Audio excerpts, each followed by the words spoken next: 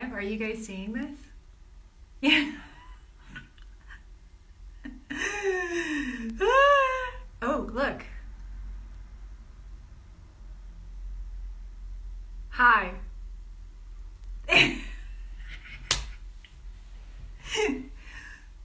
Oh, hello, guys.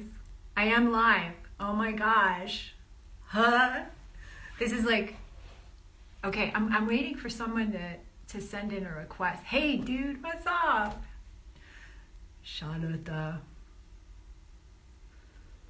This is crazy for me. This is crazy. Good to see you guys. Not much. Oh, hey, Will. Ask to come on. I think if you ask to come on, I press it and then you come on. I think that's how it happens. Right? Hello?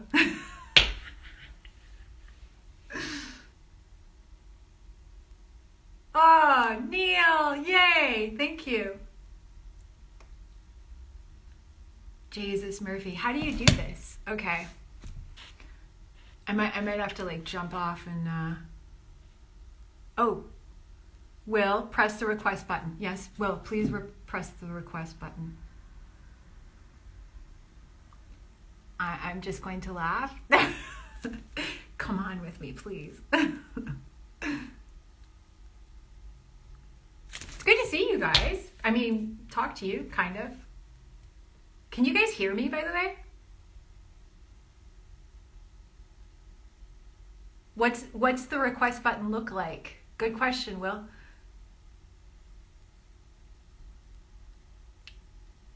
You hit request. I think I'm gonna accept Neil. Port pin, go live with Neil. I'm gonna go live with. Are you are you there, Neil?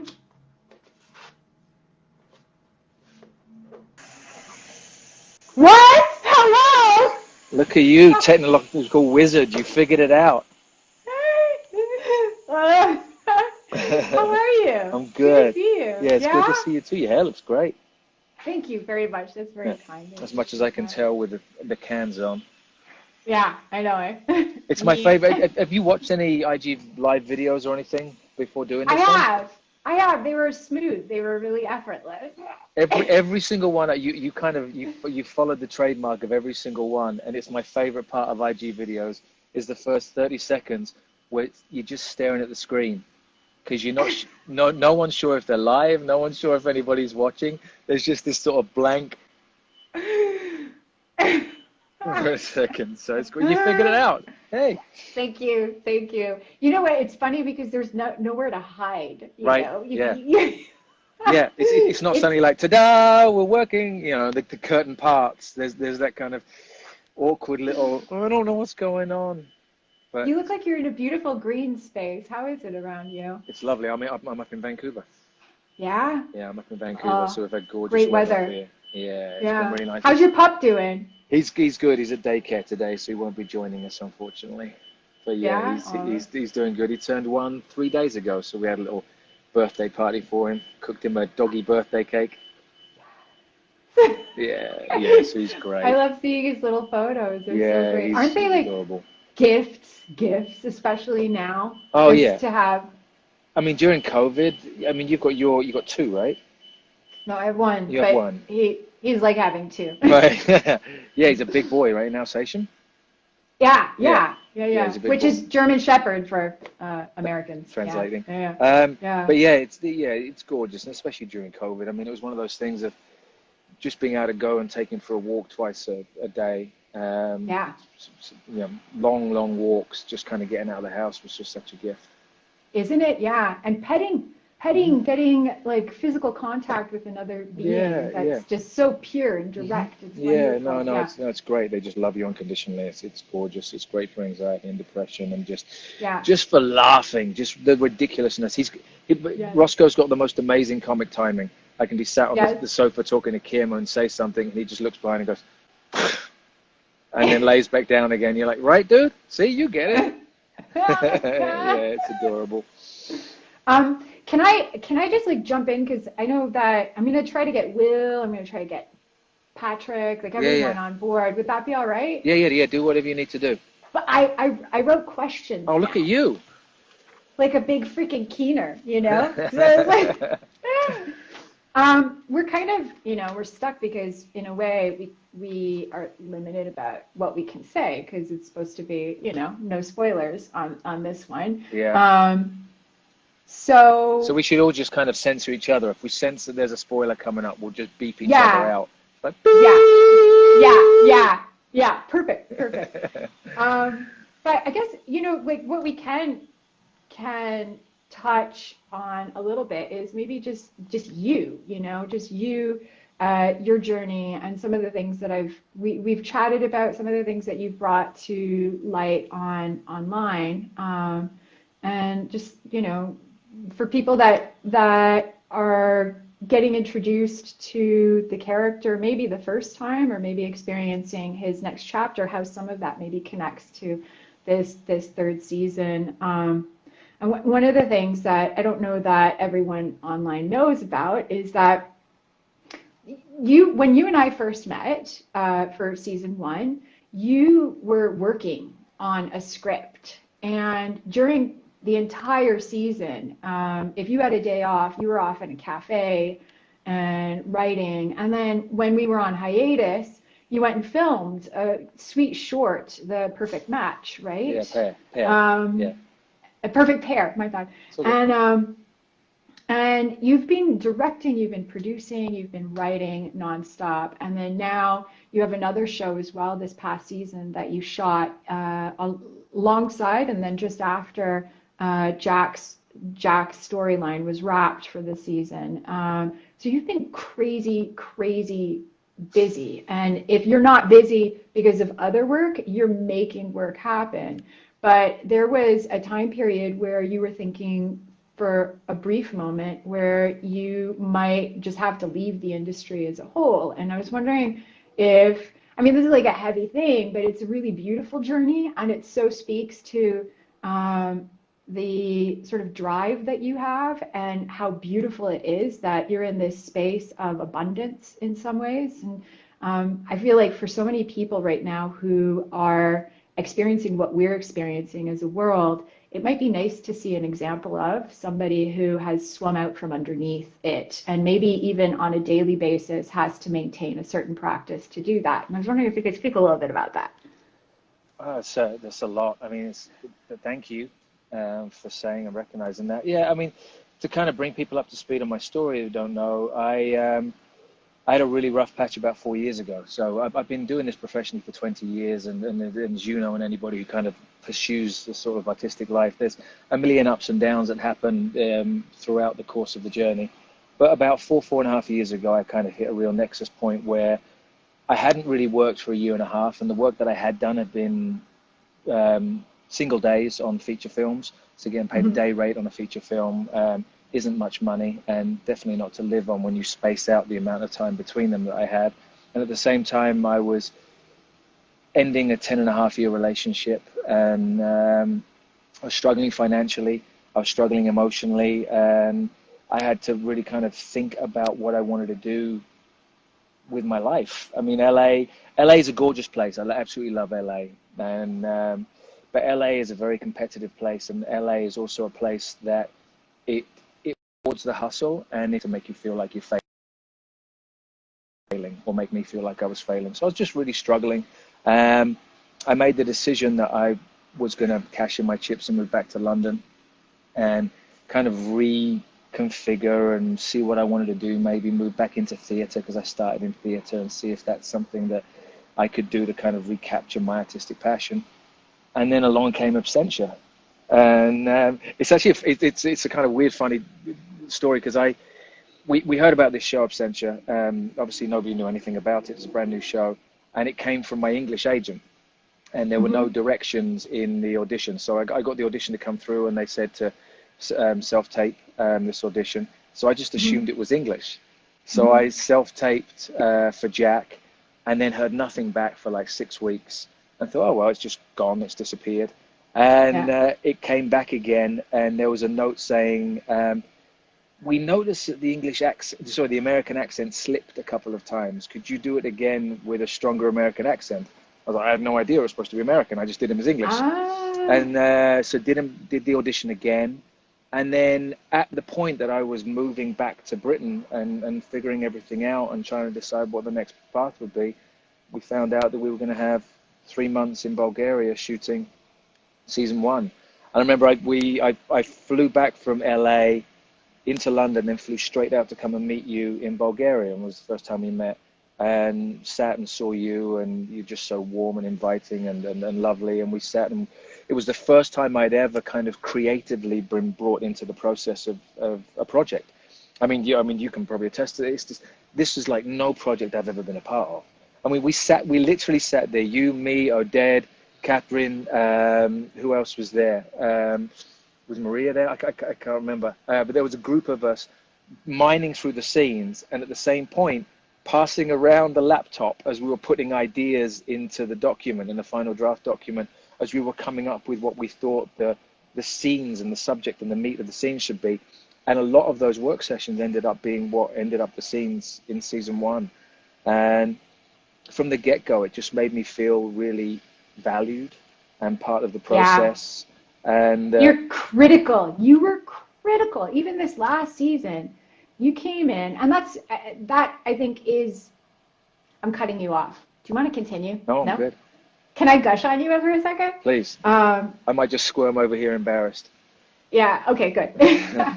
But that's a quality I think everyone on the show brought. Everyone came with just this value-added mentality. Everyone cared. Everyone wanted to invest the most possible into their characters. I remember this season, you came in with beautiful ideas and thoughts about the trajectory for Jack. You are so committed to making sure that this character is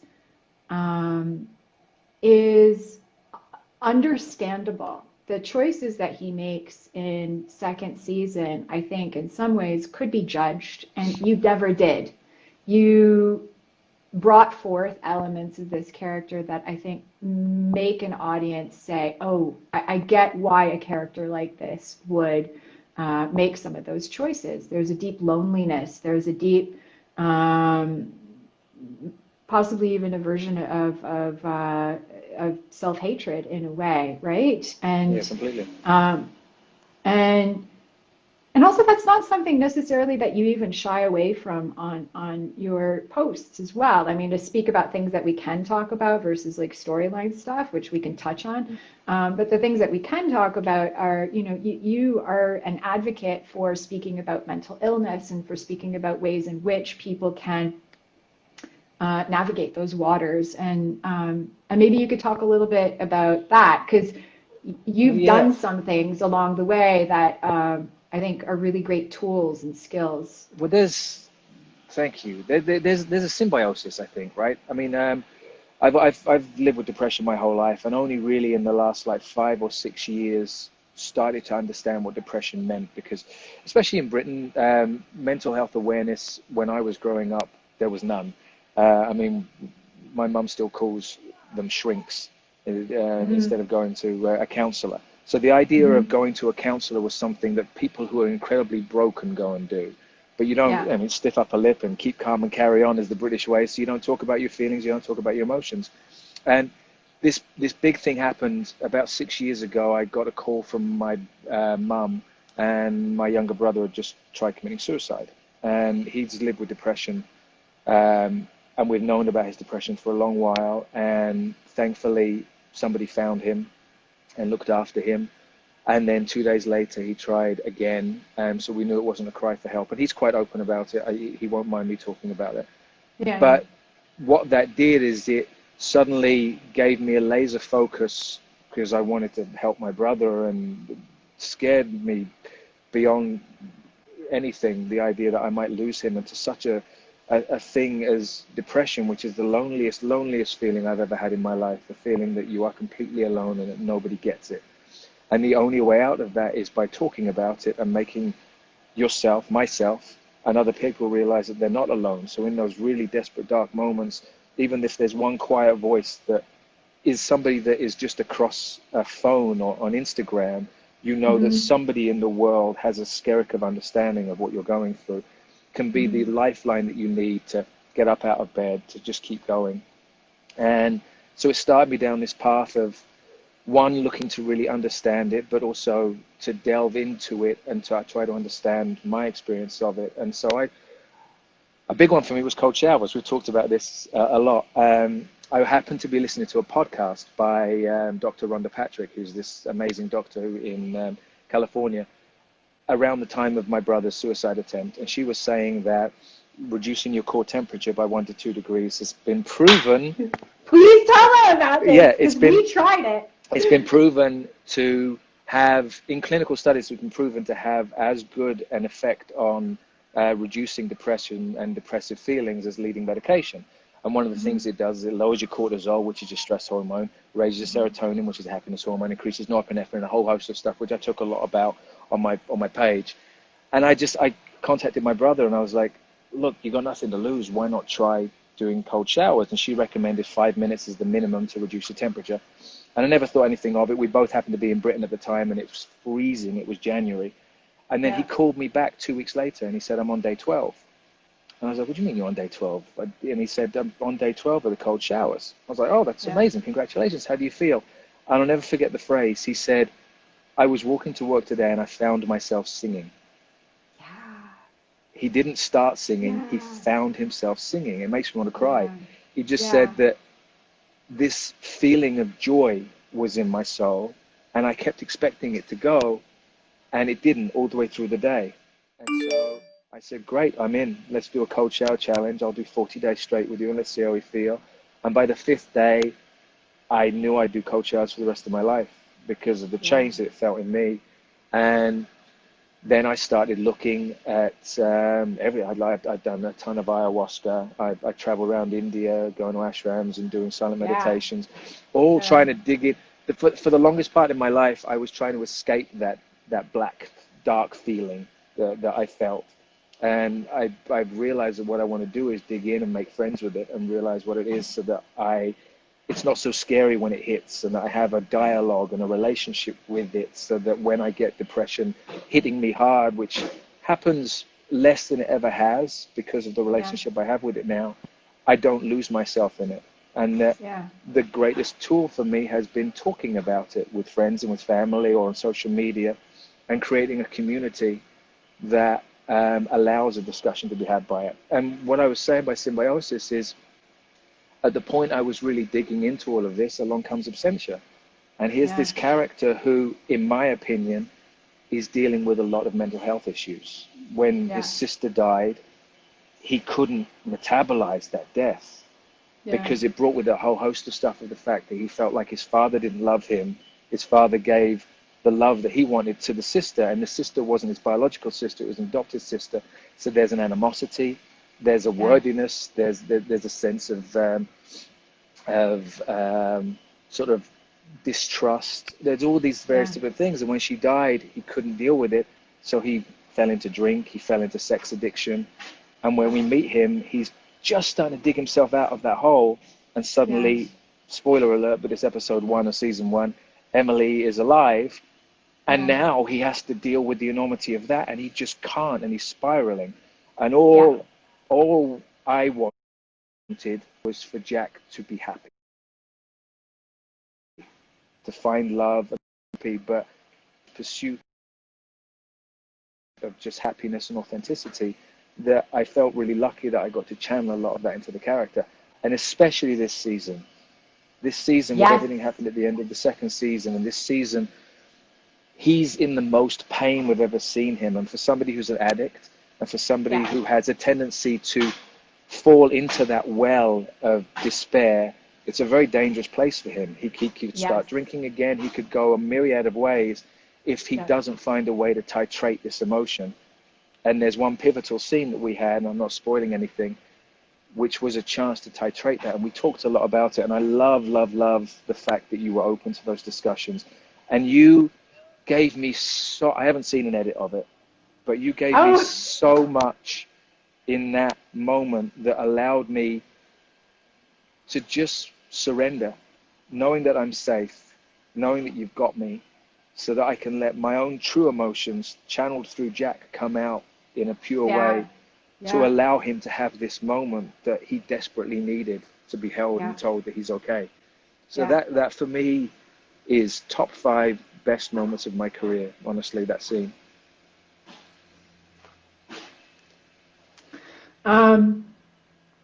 So yeah, I want to thank you for that. I want to publicly thank you for that, for just being there for me and for holding that space and for letting me just be free to explore my emotions in a moment that we know sets are contrived.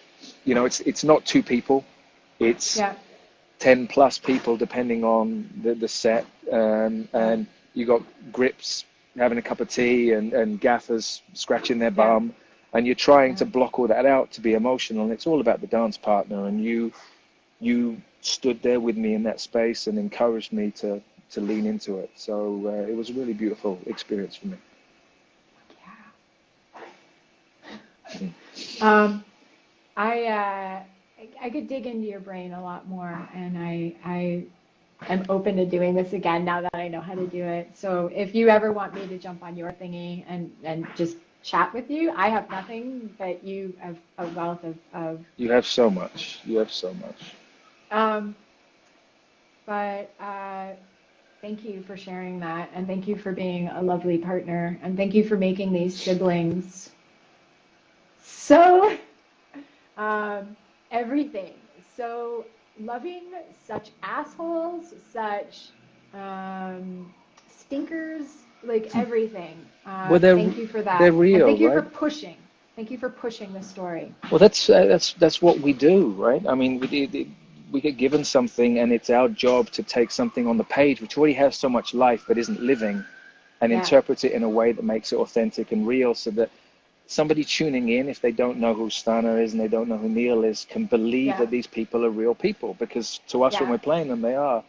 And one of the many things I loved about this show, specifically our relationship, is how real it was. Yeah. They fight. They have animosity. They've got deep history, but at their core, there's a deep love. Yeah. There's yeah. there's a whole host of emotions, but when their backs are against the wall, They have each other. they have each other, and they know, whether it be a phone call, a text, a hug, they know that they're really the one person in the world that they can turn to, to know that they have that, that they have that one person. They're that for each other, which is just beautiful, because we've seen them through 2 seasons go through the ringer. Whoa. Right? Yeah. I mean, how has experiences in your life informed the way that you've approached Emily?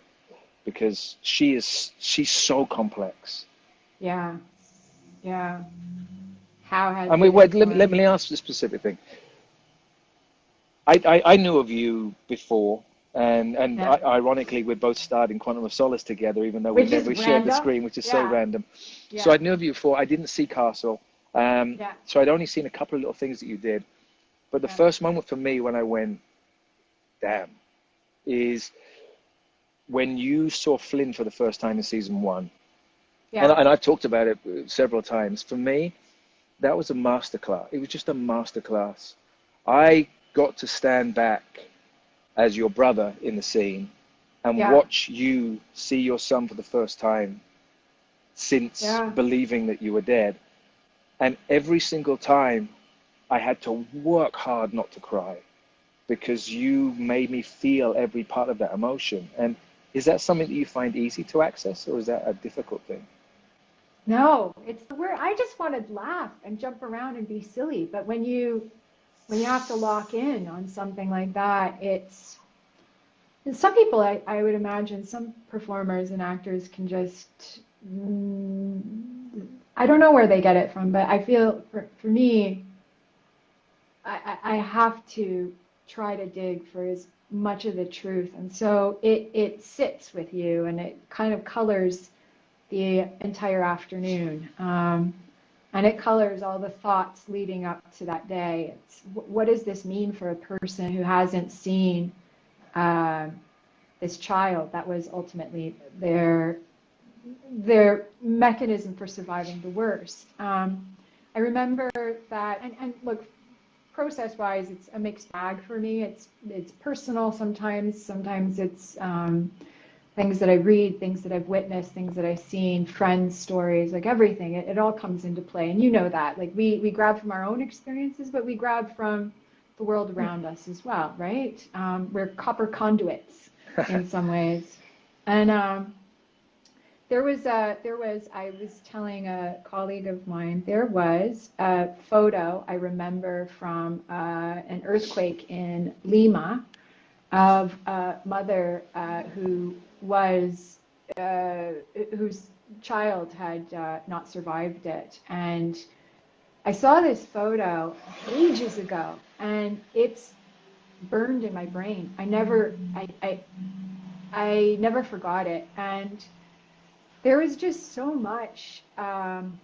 She didn't have anything left to give in the moment. She was completely empty from that. And I thought of that for this character, and what it would feel like for this character to realize after everything was lost, everything was drained out of her, that in fact there was an ounce of hope, and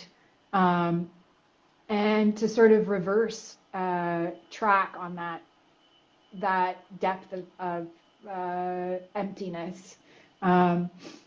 So yeah, I mean, some of it is just luck and the magic of the moment, and it does take an entire group to make things like that sort of work. I'm glad that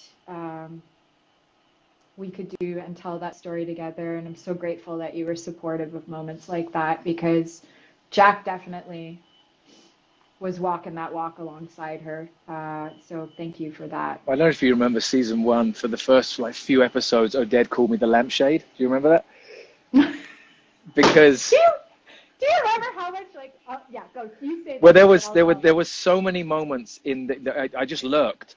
It's because we block shot. So for people who don't understand what that means, block shooting is normally a thing that's done in film, where you strip the script apart and then you shoot it according to, like, you shoot all the scenes that are in the kitchen, and then you'll strike that set and shoot all the scenes. So you might shoot scenes so the way we did it, we shot all 10 episodes block shot.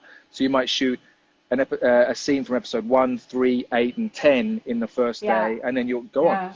And so it just so happened for the first week or so, all the scenes that I was in, Jack didn't really have dialogue. We had 1 or 2 words, so I'm lurking in the background. So I just spent the entire time lurking. But in addition to that, they hadn't completed the sets.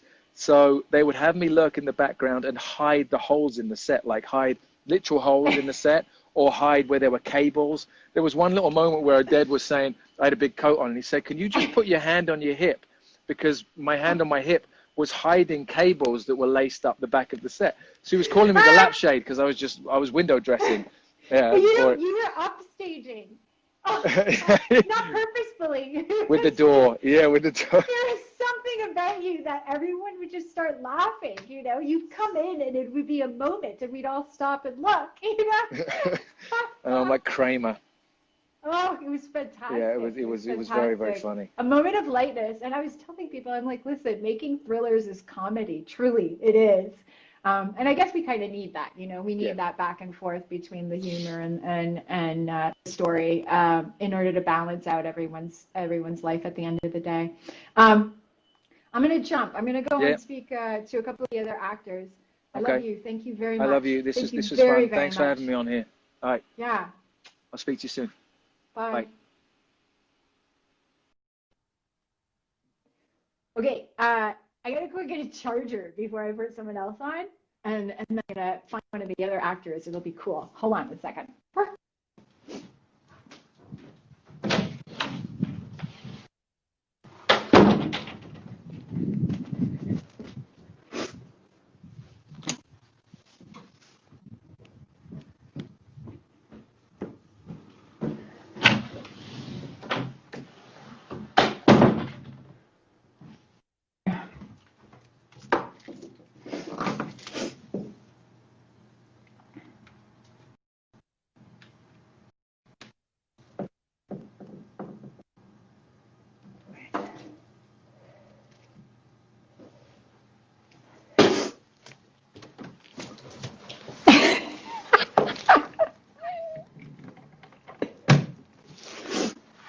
Is it on? Yeah, good.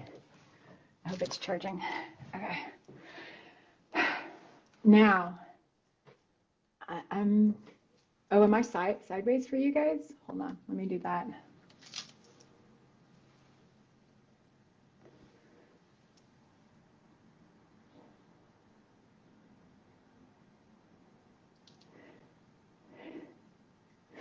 I am going to pop on. Ah, look at these requests. Cool.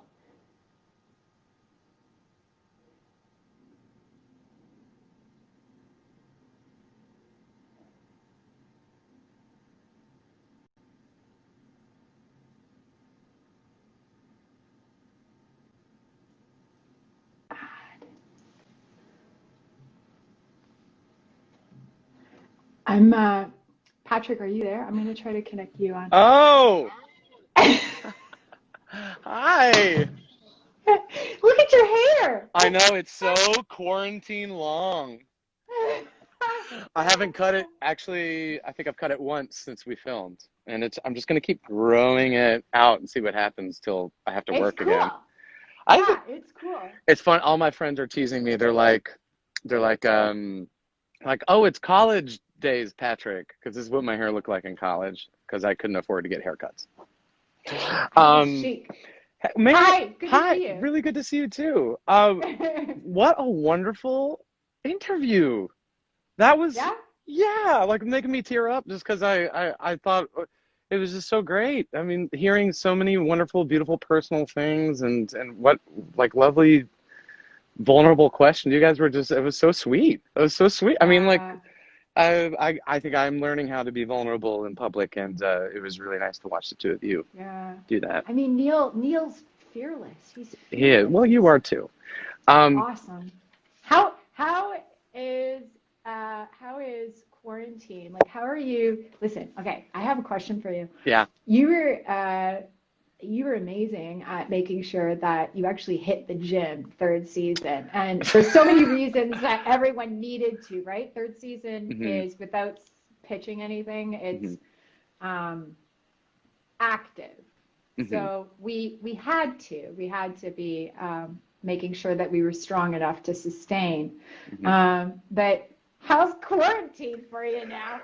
Quarantine, it's funny. So the first, I've texted with you a little bit. I sort of began in early February a very personal journey of kind of rewiring my brain. I've been living in this, I think a very unhealthy sort of like approach to the world where I was very kind of, I'm trying to take off of Neil's page and be vulnerable with you here. And be kind of living out of fight or flight. And I didn't really have a lot of tools or kind of educated myself in emotional intelligence and social intelligence. And there was a book that you recommended to me that it came at I read it right in the middle of quarantine, and I had just begun meditating for the first time at the beginning of February and journaling for the first time and really starting to invest in a very real way of understanding how my mind works and how life has affected me and how I've been moving through it and seeing that in the context of my life and the world, my environment, how I've been affecting people in my environment, how I can make my community feel like a safer, more beautiful place. And so I was right in the middle of that work. And then quarantine hit, and I was like, oh man, now I'm going to eat everything. And I was eating peanut butter and jelly sandwiches solid for like, I think 2 weeks. Yeah. I just couldn't. And then I was like, all right, time to go to the gym. That's time to comfort food for me too. Oh man, I couldn't. I just needed to. And it was hard. Oh, I think I have a little bit of there's a beep here. Let me move away. I think it was, beep's gone. I think it was, tough like it was for everybody. There was sort of this, somebody said it beautifully to me that the world, is that being annoying, or should I just keep talking while it's going on? Keep going. Okay. I mean, Somebody said it beautifully to me. A lot of what was happening that everybody was feeling and we couldn't quite put our finger on is that Yeah. we were grieving the world. We were grieving that the world Yeah. has changed now forever, Yeah. and you can't put a lot of us, I think, couldn't quite understand what that sensation was. Like, why are we eating so much? Like, I'm Yeah. fine, you know, especially I'm not an essential worker, you know, I'm on a TV show, I've got comforts around me, and I'm living in uh, a situation that I need to be very grateful for. Why am I sad? How dare I be sad? And Yeah. sort of acknowledging that, yeah, our world is just going through massive change, and it's okay to eat all the food for a second and then get back on track and Yeah. continue your personal journeys in life. Yeah. I know you want to ask me questions, but I have to talk to you real quick about something What do you because, want to know? well, I'm going to compliment you to bits. Okay. And Go. Let's hear it. Go. no, but like, I mean, I'm here for this. I am like blown away compliments. So the first part is do so I've seen all the episodes, and as you know, I just want to tell this little out of school story because it's kind of funny, but one of our executives on covering the project at Sony sent an email to all of us, like, and I mean all of us, like a lot of the crew, like Yeah. every cast member, and I replied. I thought, oh, I'm gonna reply. I'll write everybody a little note, and I started with Kasia to be like, hey, let me tell you, and I remember thinking, wow, she didn't blind CC everybody on that original email. Someone's going to make the mistake of hitting reply all. And that Yeah. person was me. And I Yeah. replied to everybody. And I was like, Yeah. and so anyway, so first, sorry about the reply all there. Second, No, it's all good. Yeah. dude, first of all, everyone, we all know how talented you are with your, especially emotional recall, your scene work, all that kind of stuff. But the show has not really featured you in action sequences in a way that it does this year. Stana, I mean, I'm not going to give anything away, but I Okay. will say there's kind of like two, I feel like major sequence. Well, there's like three major sequences, but there's like two that are really, really long. And I was on each of them. First of all, the first one, I'll just say Yeah. that I was Yeah. watching and I was like, this is straight out of Bourne Supremacy, Bourne Identity, like badass, close quarters, really cool, great design by Francois. You know, Yeah. your stunt performing was incredible. Our stunt performers that are around us, like, you know, Yeah. the whole doubles, everything. It was like just everybody was on fire. The way it was shot, it was really, Yeah. really amazing. And that last, you know, the big one that I'm talking about, the one where Yeah. like, Yeah. Yeah. you guys, everybody who's watching, Will has talked about it a few times. I've seen him mention that it's like feature film quality. It Yeah. is absolutely feature film level, huge, high quality. I think that I can't imagine an action film director watching you in this sequence and not being like, damn, if she can't, you know, lead an action film. Because it not only is it well choreographed and, you know, but the storytelling, your performance behind it, driving the scene with the emotional qualities of the character, you just managed to encapsulate so much. I mean, it was, and I'm really, the worst part about me complimenting you about your stunt work is I'm glazing over the really extraordinary emotional work that you've done this season. It is Thank you. no, for real. It is, for people who've never watched our show before and they're going to start with season one, I can't impress upon you enough how significantly improved our show gets from season to season.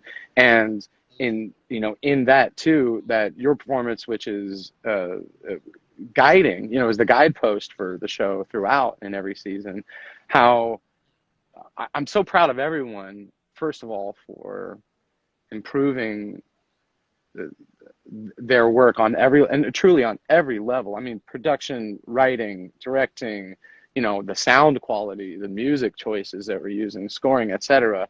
But to watch your performance in season one how much better you are even in season 2. And this is the goal, by the way, everybody listening. Like, this is no insult to the work we've done prior. The work we want as artists is to be better and better. And it really is, it's really spectacular, STANA. I hope you feel proud, and I hope that you receive all the kindness and love that you deserve for the hard work. And I think because I was, I don't want to give anything away by saying that. Let me say there's often a lot of, like, there's work that you hadn't seen me do until you got to see the show or started to see cuts. And there's work that I hadn't seen a lot of people do until I started to see cuts. And it was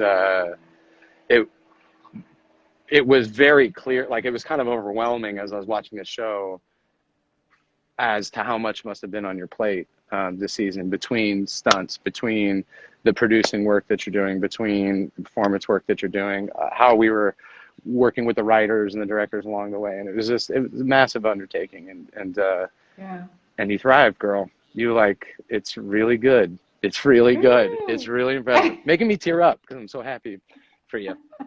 It's really good. Can we talk about, because now everybody's going to think that I was like, hey guys, come on the thing, come online so we can talk about me. Let's talk about you. I want this audience to experience you, Patrick, to know a couple of details about Nick. Sure. The details that we can give. And maybe just tell them a few of the behind the scenes so that they get to know you even better. Because they'll fall in love with you as much as with Nick by the end of this phone call, hopefully. And if they already haven't, based on everything else that you bring to the table. So, a couple of questions. You ready? Mm-hmm. Because I got my yellow notebook here. The first one's super duper lame. Like, the first one is like, you know, we dealt with the pandemic, and everybody had to figure out how are we going to now record ADR, because we finished filming before the pandemic started. Yes. And you have a great story about what it is you had to do and how you went about it. So tell us a little bit about the stuff that we had to finagle behind the scenes. Okay, so for those who don't know what ADR is, sometimes when you're filming, like right now I had like airplane flying overhead or that beep out there. If we were filming a scene and you had that beep, if that beep was over the words you were saying, you have to go into a recording studio normally that looks just like when you see in music studios, people headphones on, and you re-record those words so it sort of feels seamless, like there's no interruption between a helicopter or a construction truck or whatever is around you. And so because of quarantine, some of us were not comfortable getting in our car and going and putting ourselves potentially in harm's way, and then potentially in harming other people by if we were to acquire COVID or had it already. And I chose to stay home, so they sent me this little microphone that I could plug into my phone. Then they had this app where I could watch the scenes and then record it. And I had like a workout mat, and I basically got inside of a closet. I built inside, you know, the workout mat that I put like a blanket under the hood. And I would start recording. And for the first part, it was working pretty great. But without spoiling anything, again, there's some sections where maybe I had to be hanging upside down. And so I was listening to the recordings I was getting back. I was like, boy, this just doesn't sound, this audio doesn't feel like it's matching the physical reality. Yeah, the video that I'm seeing. And so I ended up like doing this hanging upside down off of a bed. You know, I'm in the middle of a house. It's like dark outside. You know, there's some neighbors near where I was that were not close enough, but I'm also, I'm not spoiling anything I say this, but I'm like screaming at the top of my lungs to the point that I was scared that the police were going to get called on me for the ADR work. But it was really funny. It was really silly, and it was and it turned out great. I mean, I forgot honestly the very sequence that I'm speaking of right now. I forgot, which was the truck. I forgot that I had to do that. So I guess that's I good. love how we're talking in code. I know exactly what. I know we can't, and I don't want to, because I want people to watch it and be like, whoa, Yeah, whoa. You know, yeah, there's so yeah, many yeah. Which fun is why there's surprises. that one topic, again, talking around it. Hmm. There's that one topic where we have to protect the audience, and it's interesting, isn't it? It's kind of like, Yeah, there's gonna ah, be yeah, there's gonna be yeah, there's a some couple of fun. those where you're like, I think there's some pretty huge stuff. You know, there's a couple that I'm around and involved in, and there's like probably a solid 7 to 10 other ones that I feel like the audiences that you're involved in, that the audiences is just going to be like, it's good TV, man. It's like what I want to watch when I'm watching TV. I want to be surprised. yeah, I want to be surprised both by performance and what yeah, actors are creating together. And I want to be surprised by story and plot. And there's so many yeah, moments like that this year that are like, what? yeah, You yeah. know? What is that like? You've done everything. You've done theater. You've done great theater. You've been in features. You've done other television Hmm. work. This is a third season Hmm. of a project where you've seen a character that you've worked on um, take an evolution, Hmm. and you've partnered up with different directors throughout the process. So maybe talk a little bit about what it's like to journey on this kind of a story over, almost 4 years Yeah. of growing this character. Because, like I said with Neil, and like Neil was saying as well, everybody that came to this story contributed um, just 100%, 110%. Hmm. And you're one of those actors who is committed to the nth degree to try to make sure that you tell the story that you're responsible for as best as you can. And you want to be a part of a story that is doing that same, or is committing that same sort of energy. Hmm. And so talk a bit about what it's like to create a story and a character over 3 seasons. And Hmm. then maybe also, because Kasha is going to be the first director that all of them are going to experience this third season, Hmm. what it was like to work with this little graphic novel drawing Yeah. director for 6 episodes in the third season, and maybe you could like give us some of those illustrations. Um, okay, so there's a couple things that you talked about there. One, you know what Neil really did so well, and you guys talked about in your conversation, was not separating um, the human and from the artist, and Yeah, his journey in humanity, and how that was reflected in his character, yeah, and how, as we are growing as artists, how we are also, we're growing as actors. We're yeah, improving, we're making adjustments. And for me, I think it's important to, it was my first TV show. It was I mean, I had done some TV shows where I was on for like a season, or I was on for 4 episodes, but I had not had the opportunity to develop a character like this. In addition to that, I, it was such an incredible learning experience for me, because I experienced so much failure in the process, and good artistic failure. Like, I'm constructively looking back on it and yeah, saying, yeah, how would I like to improve? yeah, And in season one, I approached it almost as I would a play, but it's not. It's a TV show. And I yeah, approached it almost like I had when I was doing a feature film, but it's not. yeah, It's a TV show. And there yeah, was so much that I was getting in my own way a lot. I see that, like, when I could look back, I can see like how I was getting in my own way, and I felt like intruding sometimes the process of artistically. And you can't help, by the way, you don't know, like, you're doing your best in the moment. So oh my you, God, yeah, you're it's really like, hindsight now, of course, you're like trying your yeah, best. You're trying your best. When you look back, you're like, oh man, that could have been better if, or I wish I had known about this new thing that I've learned about now. And that was, when Kasha joined us at the end of season two, yeah, um, I think she helped me to discover a joyful approach that, like, this doesn't, you know, you talked about how you put yourself in that place. And Yeah. sometimes it consumes your day when you're having that I'm being reunited with my son scene in that conversation with Neil.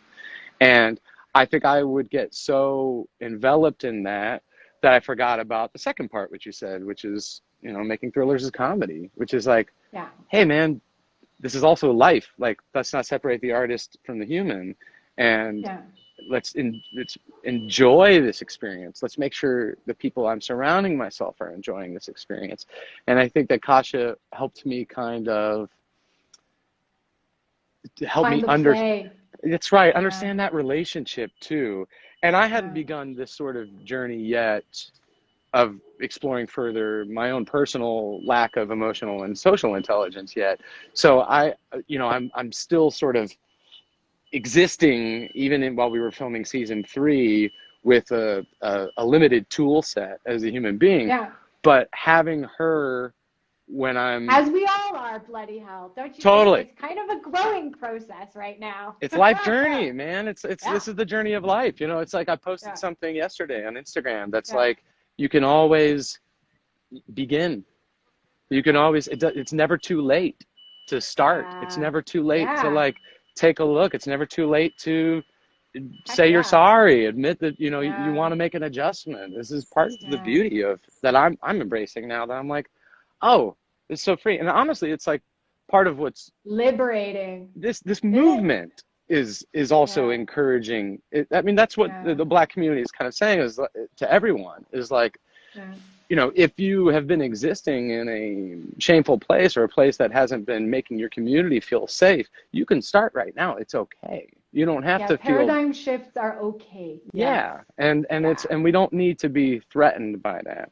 But Yeah. anyhow, so this year working with Kasha, uh, gosh, it's like hard to talk about. Let me just say, I had a lot of time with Kasha, Yeah. just us.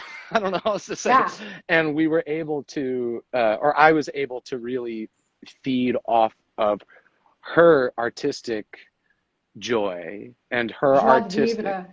I mean, and she does, like, I mean, I say to people she's my favorite director often, because Yeah. there's so much that she is able to, that she encapsulates, that I love about artistry. She's Yeah. deeply passionate, but she's easy going. Yeah. And Yeah. she's deeply compassionate. Yeah. And And yet she's fearless, you know what I mean? Totally. She is like the tip of the spear every morning. yeah. Like her bravery and courage, her sense of self, her personal humanity, and her artistic humanity, and the way that she relates to people, and she makes everyone, like good human beings should, make everyone feel valued at all times, no matter who they are, whether it's you or it's somebody who's, you know, who's a PA who's not even getting paid. She values them, values them equally, and I really adore that about her. And to answer your question about the drawings, yeah, you guys, Kasha, I've always said Adamic. How do you say her last name? Because I'm going to screw this up. I say Adamic. Adamic. You know. You're probably closer, because you're from that portion of the world. She is an extraordinary artist. So on top of her, visual artist. So on top of having this extraordinary ability to communicate with the artists that she's working with, she can draw every thought that she has, so that she can deliver it to the director of photography, to production designers, to us, and let us understand her vision, so that by the time we begin or arrive at the scene, she had an entire panel of what we were shooting that day. We were looking at comic books every morning. It's amazing. Like, okay, that's what we got to shoot. Got it. No problem. These are the angles. Got it. No problem. It's funny, because I hadn't, until you just said it, like, we've talked about our show being graphic novel before, but it's funny because I didn't, for whatever reason, I didn't tie that, her drawings are like, are the graphic novel. Like, she's, I didn't even put that together till right now. She's special. What a special time. And Greg's episodes are really. Can you imagine? They're like, Hey, by the way, can you direct the last 4 episodes of this? And Yeah. by the way, they're the craziest ones. So And I know you're insane. new, but come on in. Yeah, yeah, I yeah. I can't bel I mean, I really can't believe how much those last episodes are so can I say they're action heavy? I can say there's a lot of action. There's a lot of action. You can say that. I can say Yep, there's a there's lot a of lot of action. action. And It's for all those, kinds of action. yeah, for those of you that are watching that don't know, action's very hard to film. It takes a very Yeah. long time where you can shoot Yeah. a dialogue scene, and dialogue scenes take time too, by the way. But Yeah. if you and I are doing a scene and it's 2 pages long, that might take an afternoon or it might take half the afternoon, but it's going to take some time to do, and that scene might end up being 3 minutes long.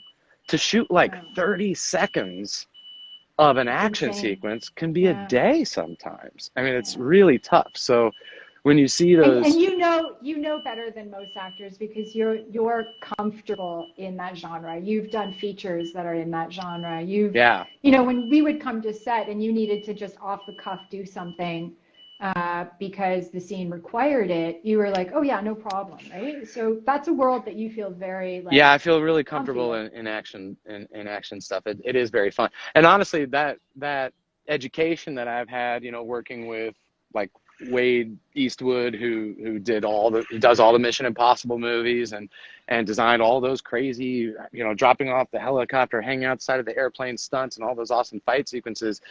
Uh, that's one of the reasons why, like, I wanted to compliment you and compliment Francois and our stunt performers is because, I mean, I feel like, that designer on that level is the kind of human being that would be watching our TV show, which was shot for a budget that he's never Yeah. seen before Yeah. in a time constraint that It's he's a never seen craft. before. Yeah, and would be blown away, knowing that, that you trained to do those things, that you were, outside of any stunt that we can die doing, we did. Yeah. And Yeah. that's a huge compliment. I mean, that's massive because a lot of TV shows, especially TV shows, just because the time constraint is so limited, they don't Yeah. want, nor do the actors want sometimes, to spend the time devoting to those sequences, because it's just I like it's it. just too. I Don't do you too. like it? I I love it. like it. I I'm find like, it this very, is fun. yeah. Yeah. For Stimulating. body, for mind. Yeah. It's Yeah. like, my favorite parts when I was playing sports was practice. I loved practice. I love honing the skills, and the whole stunt training is exactly that. It's like going to athletic practice, and I also liked practice a lot because it was the non-competitive part. Yeah. And the thing I Yeah. never really liked about sports was like me versus you. I never liked Yeah. winning. I always felt bad about winning or something, Yeah. Yeah. I Yeah. enjoy more the team Where effort. it's a team. Yeah. Yeah. Where it's a community. Yeah. I'm gonna jump in 2 seconds, but I want to ask you one question because we Yeah. just launched in Brazil, Uh-huh. and you travel a little bit in Yes. Brazil, and so just speak a little bit about whether it's your food experience, where you visited, because I know that our Brazilian audience is just gonna adore the fact that you got to soak up some of their world and culture, and I envy that a bit because I can't wait to go myself, which is obviously gonna have to wait a little longer than anticipated. But yeah, tell us a little bit about going and experiencing that world. Yeah, well, first of all, love to Brazil, love you guys. I also, I have to start by saying, I hope you're all staying safe. I know that Corona is hitting you guys in a very real way right now, so I hope everybody's safe, and I hope that our show can be a respite from the stress that I'm sure you're all encountering. Man, that country, what a place. My ex-girlfriend is from there, and so I spent I guess a total of probably about 4 months living in and around Sao Paulo, and I got to experience, I mean, everything from weddings to, some of the best street food that I've ever had in my life to some of the best restaurants. I'm a big food guy, so I like food. like eating like with chefs and things like that. And one of Yeah. the best meals I've ever had in my life was Alex Atala, who I know every single Brazilian knows. Oh my God, I Um, love him. oh, he's awesome. I love him. He's awesome. Got to Yeah. meet him too. I remember What? I tweeted out, I was like, hey, you know, had this experience at this restaurant, or made a story about it. And then he wrote me and he was like, hey, let me know next time you're around. I'll come say hey. And he's just like super sweet, open-hearted, nice guy, Did you gentle see his giant. chef's kitchen? Did you see his chef's Yeah, kitchen? the chef's table thing on Netflix. Chef's table. That's it. Yeah. That is the reason why I went there. I had seen it and I was like, I have to go eat this guy's food. And I ate the ants that he serves that are Woo. indigenous Amazonian, Yeah. indigenous tribes have been eating for years. And it was just such an extraordinary place. And also how he's contributing actually to the country and to that world. Exactly. And to the environment in general. It's awesome. Awesome. And the people are like a lot of, I mean, everywhere that I visited in South America, there's this sort of, it's very different than America. There's a friendliness that we often may not have, where sometimes we can be a bit individualistic and sort of like not get to know your neighbors kind of thing sometimes. And it's the community is very strong in Brazil, and I really loved that too. Well, enjoy Brazil, guys. I hope you guys enjoy all of the episodes that you're watching now. Patrick, I'm going to jump. I'm going to go and say hello to someone. Yeah. Thank you. I'll keep watching. I'm going to be watching. And hi, everybody that I haven't seen, like Will and whomever is going to show up. All right. Yeah. Thank you, STANA. You're, I'm really excited for you. I'm really excited for all the love you're going to get for this. Yeah. Well, I know, but particularly, man, come on now. It's a crazy season for you. It's pretty rad. All right. All right. Good to see you. Bye. Okay, now I got to figure out how to get. Will, did you sign up? Will, did you sign up? Will? Ah.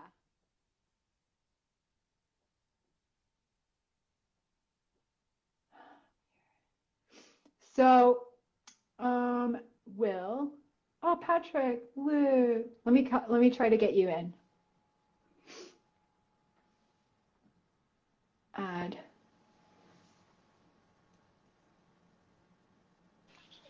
Hey. Hello. Hi. Hello. How are you? I'm doing good. Senti's coming up tomorrow. Broke up from school last week. Yeah. Doing good, yeah. How are you? Good. Is it like crazy late for you right now, or are you okay? It's 8 o'clock, so it's all right. Okay, good. Let me jump into the questions really quick, okay? Okay. So, you know that we can't like spoiler anything, right? Yeah. Mm-hmm. Yeah. Yeah. Okay. So I'm gonna try. We're gonna try to guide the conversation, but if I spoil something, if you spoil something, we'll like beep each other, just like Neil said earlier. Yeah. Mm-hmm. Okay. So you've been doing this character for 3 years, almost 4 years, right? Mm-hmm. And you've been jumping back and forth from location. So when you weren't filming, you were going back home and you were doing schoolwork and just normal everyday life and auditioning and so on, right? Yeah. So maybe what I think we could start off with is, what is that like? You know, you were tiny when we started, right? You were like half the size, at least 2 feet shorter, right? Mm-hmm. And now here you are.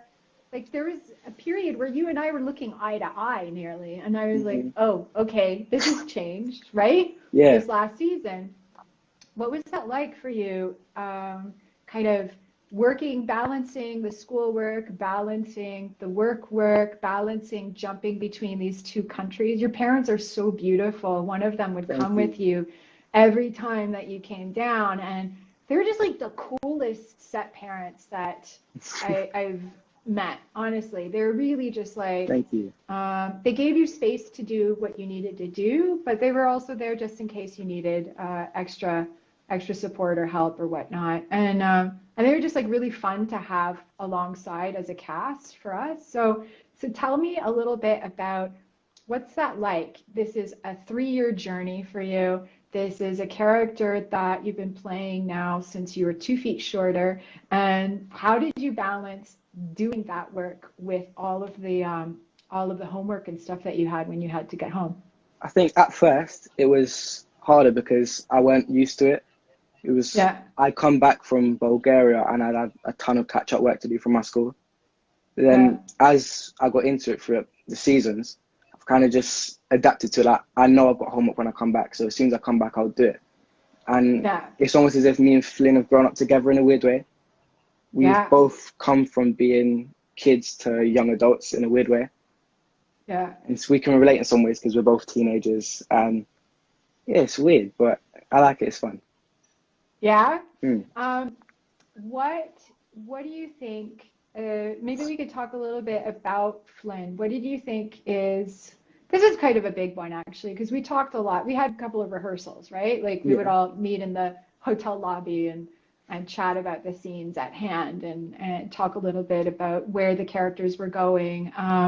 And we also had like heavy duty rehearsals with directors and producers and showrunners and everyone in advance of each sort of block.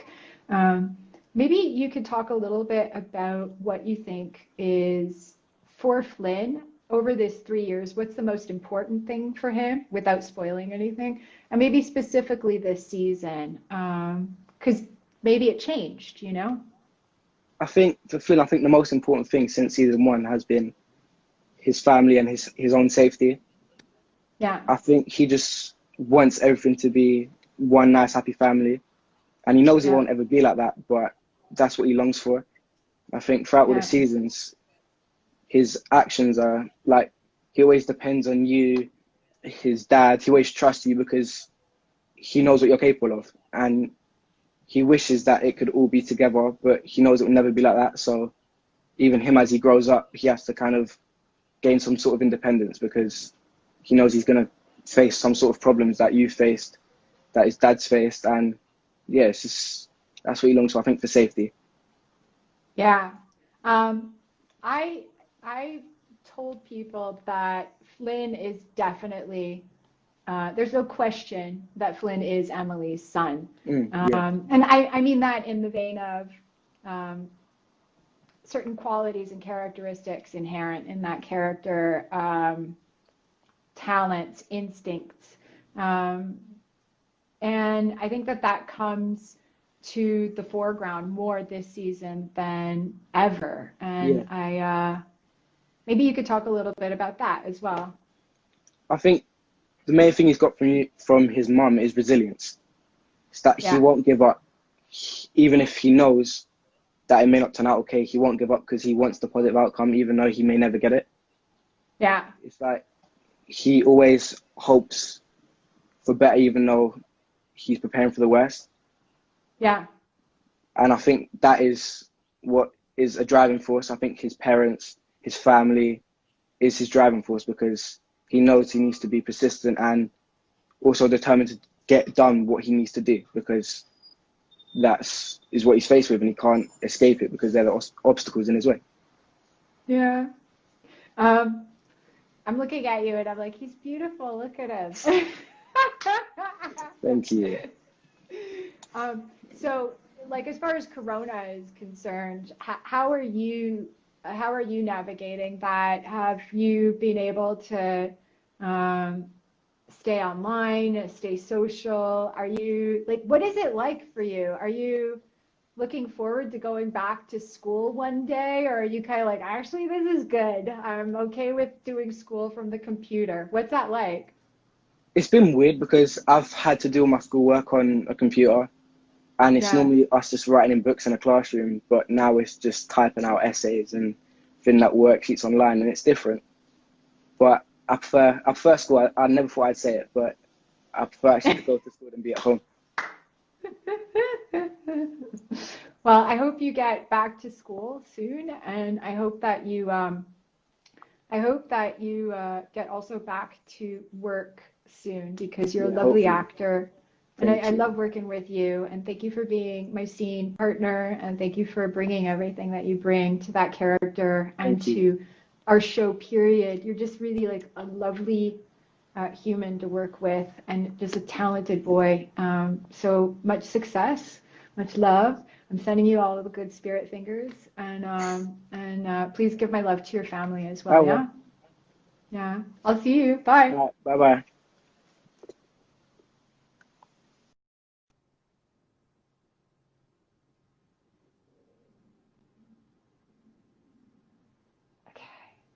So I don't know if Will is on, but Will, if you are on, oh, there you are. Oh, you're not able to join. Why aren't you able to join? Okay. I know what I'm going to do.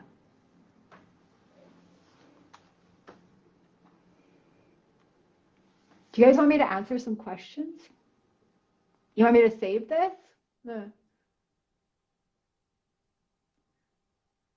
Why don't you tell us he was British? Because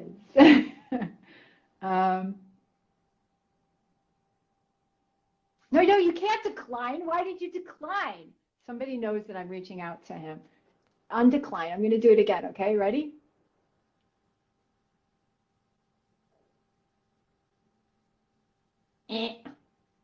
There you go.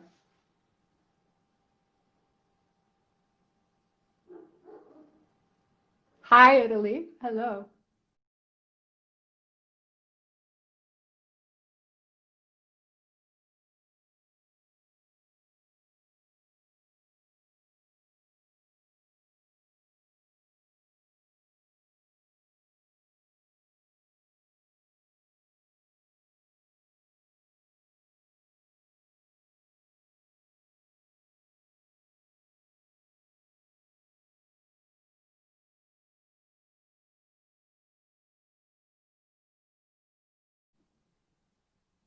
Ooh.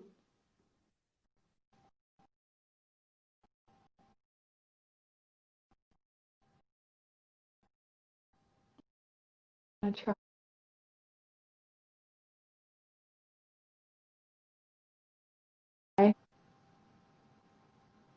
I am going to try.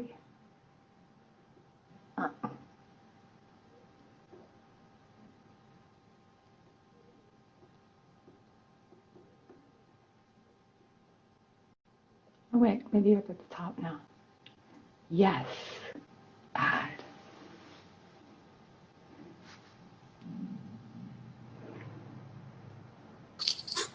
Hi. I'm here.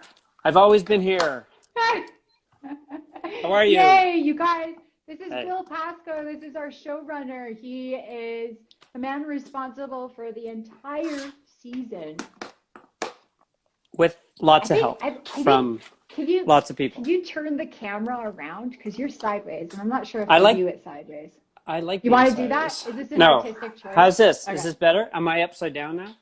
No, Yeah. now my cord's in the way. All right. I'm just Yeah. going to hold it. There. Is that good? Okay. Yeah. All right. Okay. Okay.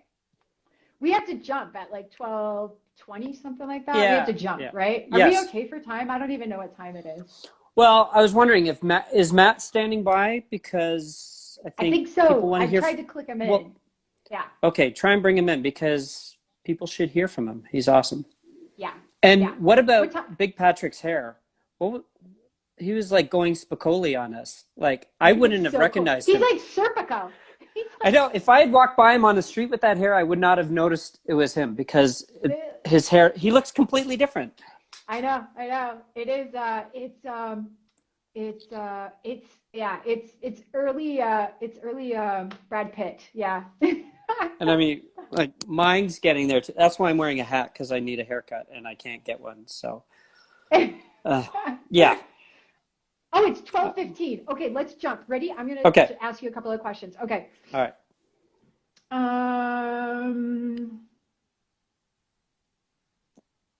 Okay, let me see. But yeah, you know what? Let's get into this one question. What were some of the themes? This is like a hardcore one, but dive in as deeply as you can. What were some of the themes that you and the writers targeted for this season? And I know that's going to be tough to discuss without spoiling it, but yeah, but we've chatted a bit about it, and I think we've got some things that we can kind of handle.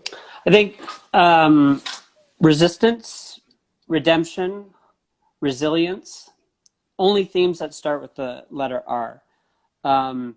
We wanted to give all the characters a little journey this season, to start them in one place and have them end in someplace else, and to have changed from that journey and that experience. And I think when people watch the show, they'll see that. They'll see those little journeys, because it's a family. Essentially, there's a workplace family at the FBI. There's the Byrne Duran family, and Emily's like the center of the universe in which all the other people are planets that orbit. And it was kind of like her journey should reflect on theirs, and their journey should reflect on hers.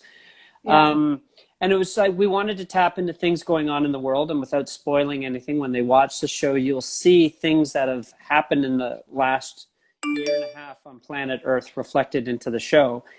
And I'm just thinking when they get to the later episodes that we meet someone unnamed, and how the actor brought something interesting to that character, which is now very prescient in our world. Weird. It's so weird. It was like we had a crystal ball like this time last year, and now it's all happening in the world. But we just wanted to do a season that was about stuff, and it's about Emily finding empowerment from within and finding her place in the world and her role in it, and channeling her experience from season 1 to now into a new way to reinvent and write her own story going forward.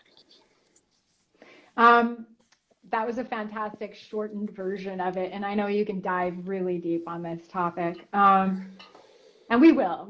Yeah, we'll do this again now that we figured it out. Oh my gosh. Technologically. You know what? I was telling Neil, it's kind of. Anyway, we'll leave that. Okay. I had tears in my eyes with Neil's personal story. I didn't know a lot of that stuff, and like kudos to him for sharing it to the world that in that human, honest, blunt, truth way. You're wonderful for advocating for so much acknowledgement for your team. One of the things that the audience should know is that you pushed for the writer's assistants to get acknowledged in the credits in the show, and you constantly point towards the rest of your group to say, this is so and so, they did this episode, these were ideas that came from them. And you came from, I mean, you've earned your stripes, right? You came through a bunch of other shows. You were a co-producer and a writer on Orphan Black, which is a really cool show. Little poster right there. Yeah, and you've seen this work done, and you've done it before, but why is it so important for you to acknowledge the team behind you and the team behind the story? Why is it so important for you to make sure that the people with the biggest paycheck and the people with the smallest paycheck all get acknowledged? Mostly because it doesn't happen without all of those people. I never want to be one of those people that writes every word of a show, because I think good ideas come from all people, and it's good to have ideas that get bounced around and strengthened and rejected and improved upon. And a writer's room does that. And you've spoken about this before. The best idea wins regardless of who it comes from. So that's why these people should get acknowledged, because their ideas, their stories, their jokes, their personal experiences end up in the show one way or the other. So it's just good to share the credit, because we all look good when the show looks good, and vice versa. You've been an amazing partner, an amazing, beautiful advocate for this show, and you have ridden this ride and stayed with it. You've done relentless work all along the way, and I want audiences to know that that it's a pleasure, it's a gift to work with you. I mean that sincerely, and that at the end of the day, the story that gets put on screen. I hope something that you'll be proud of to your voice. Already and am. so I hope that the audiences are what your audience is going to be able to find you through it. Yeah. Well, you know, it's a cliche, but it's actually a cliche because it's true. It really does take a village, and you know, you and I have spoken about this before about the cast coming in from all over the world, the crew on the ground in Bulgaria, our post people in Europe and here in Los Angeles, visual effects. Everyone just kind of gave it their all this season, and the results are on the screen. It looks great. We've had great partners all the way through this thing, like from the studio and Amazon and Julie Glucksman, our EP. It's just like everyone's just put their heart and soul into the show. And we're just super excited now that it's coming out after like a year and a half of talking, writing, prepping, shooting, posting, marketing. Like it's just been a journey like the characters on the show, but now it's all coming out and we just really hope people love it and dive into it. And, you know, my goal often with these things, like, you know, our first job, I think you would agree, is to entertain, right? Like, let's do 10 hours and entertain people. But in that 10 hours of entertainment and action and intrigue and mystery and all that stuff, if we can enlighten the audience, if we can engage the audience, if we can empower the audience, all the better. You know, that's all bonus. Like 90% of our job is entertain, but that other 10% can be really equally important too. And I think this season hopefully makes people think about the world, opens their eyes a little bit, empowers them to go out and take a critical eye at things. And without spoiling anything, when they see the season, this will all make sense. Right now it doesn't, but it will. Yeah. And it just, you know, to challenge the audience to like, be good citizens in the world and be involved with the world and look outside your own little bubble at some of the injustices and issues that are happening in the world. One last question and one last note. You know, when we were on phone calls discussing just the sort of post of it all, I would occasionally hear strumming in the background, a guitar going, and that's one of them. You're a bit of a musician. Yes. Yeah, you're a bit of a musician. Yes. And not only that, but when it came down to working with Casper on the sound design, like this has come into my mind and come to the forefront of this discussion because I've recently finished Three Women, Robert Altman's Three Women. And in that movie, I sat there, I was like, wow, sound. The sound was helping to tell the story on another level. And you were, I mean, partially because of this music background that you have, you were, I'm guessing, and also because you're the showrunner, you had very specific thoughts, ideas, and luckily you were partnered up with someone like Casper to make sure that those things, because you were sending us like, you're like, this is what this moment should sound like in order to indicate a character's psychosis or psychological state at points, and you're sending us samples of that. You even had the terminology ready to go. Talk a little bit about how important sound is for you as an artist, for you as a writer, for you as a showrunner.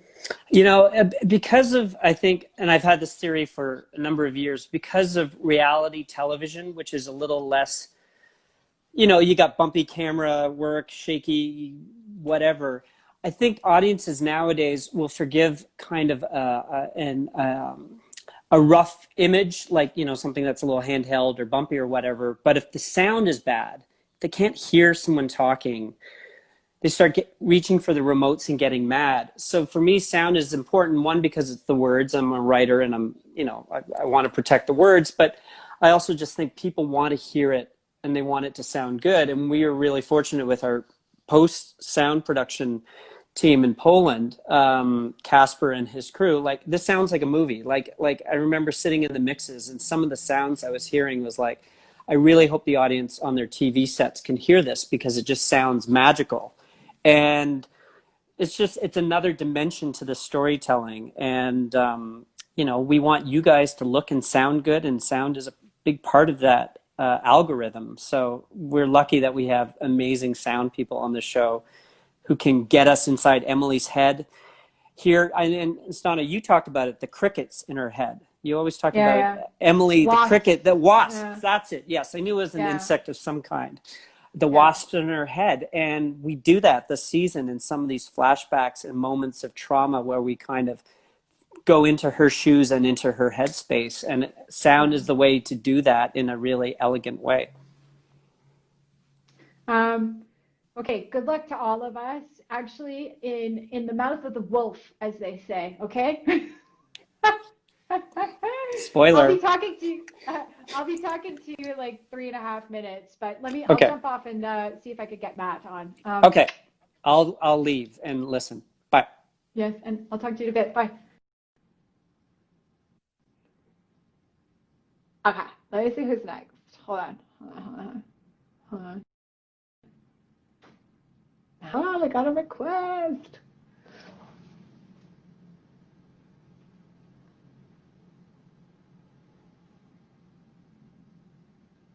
Yes.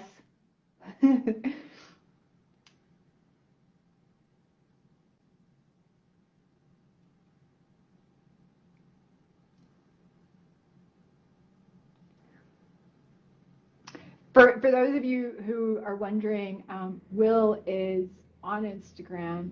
He posted a photo of his growing tomatoes. And then there are a few of you who are on Twitter as well, while we're waiting for Matt to link up. And Will is fantastic there. So you guys should be able to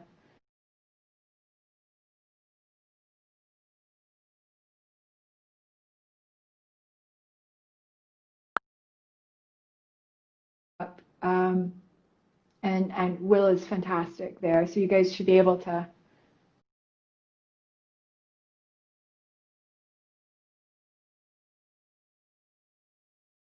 hold on, let me see.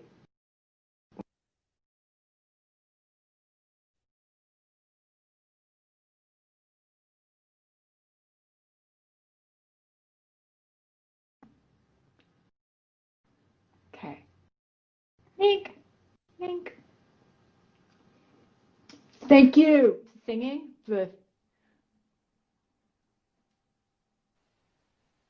What? Stop. That's it. Hello. Yeah, I don't know what happened earlier. I obviously pressed the wrong button or something. I don't know. Hi, Fred. How are you? But yeah, where are you? Good. Are you up? Are you up north? Or are you down I, this way? I'm in cell phone connection area in internet land. Oh, there you go. Yeah. So okay, you got a puppy, bud. Mm-hmm. Well, he's not. Yeah. Moish, come here. I'll bring him in. He's the cutest dog in the world. Yeah. Yeah. We can debate the cutest dog in the world thing. No, we can't. You lose. Come here. You ready to meet Moish? Yes. Aww. This is my Moish. Oh, hello. He's. Oh, what a cutie pie. I know. He's just such a little teddy bear. Although he's not that my little. Gosh. We can do the interview like this. You can ask Yes, Moish let's do it. questions, and I'll. And you'll talk through. Okay. Go Yeah. on. Yeah, bye-bye. I You wouldn't think feel I'd get like this close to a dog's face after last time. Anyway, go on. What should we talk about, Matt? Like I'm I don't know, gonna it's- jump soon, but it feels like anything that we dive into, Cal is such a mystery, and we kind of very carefully drop in elements of the character throughout, especially the top of this season. Yeah. And I mean, there's a lot. he unfolds slowly, and it's hard to say anything without. Well, the thing is, I mean, a lot was planted last year. Those seeds start to return fruit this season. But, you know, if you've got a bounce, you know, like there's so many different journeys and different characters in this season. Obviously, I think we get to watch Chris's character. We get to watch a lot of characters develop. Yeah. I just want to shout out to, because we don't get a chance to shout out to the audience. So I just want to shout out to the audience and to any of our cast or crew that might be around the world that don't get a chance to talk to us. Yeah. Just to say thanks. You know, Yeah. we've got an eclectic group of people, and you've got an amazing following of people all around the world. And you know, I don't get a chance to talk to a lot of them, and hopefully some of them are watching this. Who really knows? But yeah, I mean, it's been a fun, incredible journey, and Cal goes on a great journey like all the characters do. Will just spoke of that, but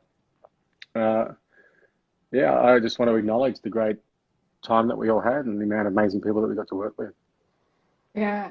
Yeah. And you were one of them. You were such a partner, such a friend, such a storyteller. You're exceptional. I just did an interview in which, you know, they asked about the process and so forth, and I said that you are capable of seeing the big picture in a story, and because of that, you constantly pushed and added value, and we're able to know where Cal needed to be present and where Cal needed to pull back, where Cal needed to be front and center stage, and where Cal needed to give way to another character, and how to help that other character shine in order to tell the story in its best way. And so because of that, it was such a gift to have you on the journey and to walk that journey alongside you as a friend and as a storytelling partner. You're magical, truly magical. I'm excited about the audience seeing your stuff. I know a lot of my people have seen, my people have seen it.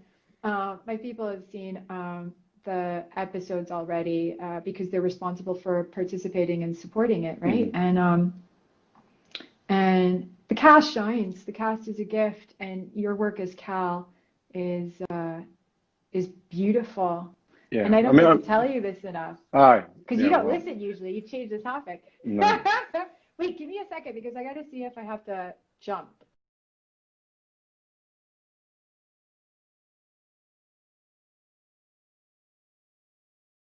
It's all.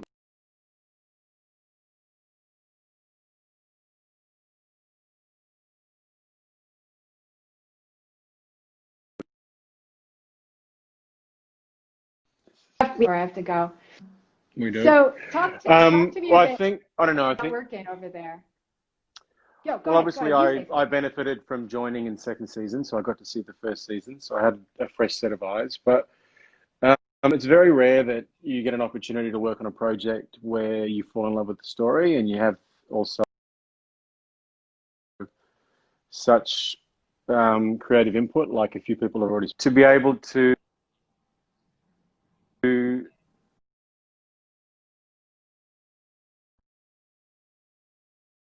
crew from everyone's there, committed 24/7. You know, I have a young family here, and it's all film. It's all day, all night, and then just to watch the show grow and watch everyone's bonds get tighter, and then also our ability to see that bigger picture and to develop something which, you know, really reach for the stars when it comes to the boldness of its storytelling, yet trying to be as truthful the whole time. It's a joy to be involved with people like that creatively, you know, from the very beginning, and getting a new showrunner this year, and Will, and the driving force behind that is yourself and you know, Catherine and Julie, and then some amazing filmmakers. And what's great is we had some beautiful voices and some amazing female voices on this. You know, which I think is really important because they bring just a stronger, more caring, worldly, you know, balanced take on the world. And I just loved it. I love shooting this season more than any, and I think it shows. I think everyone was committed, and I think the stories were so bold, and the plot lines were so bold when we got them. They were seriously page turners, and then we got to elevate it even more and contribute as much as we could until, you know, obviously you guys just finished the cut, so the audience gets to see it, and I know it's already aired in Poland and Spain, Brazil today, Australia tonight, and then we get it here in the States tomorrow. So it's fun, you know. It's always What is fun working that? with you. Just thank you. Just to speak a little bit to that, you know, this season, Mhm. I feel like we had a gift in getting Will aboard because he is the type of collaborator that, Yeah, again, like he led with idea wins, and we get this set of episodes that we brought it in two blocks, right? So we filmed 6 episodes at first, hmm and then 4 in the latter half, and of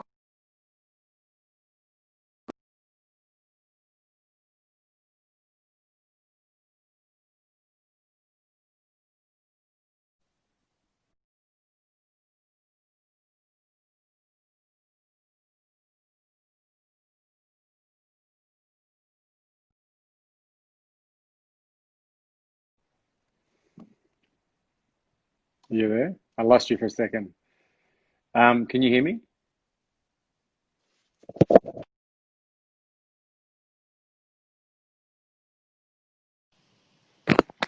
I'll turn you up. I don't know whether it's my end or your end. Just nod if you can hear me. No, I can't hear you. No, that's annoying. What a right pain in the ass.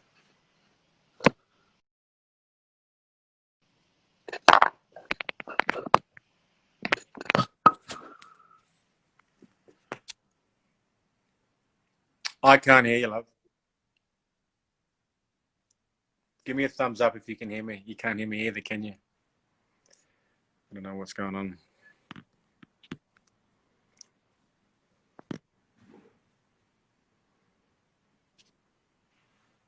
So you guys can hear me, can you?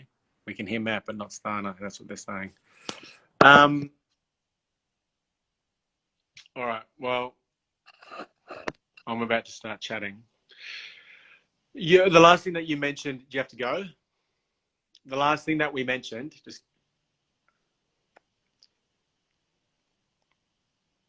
okay, cool.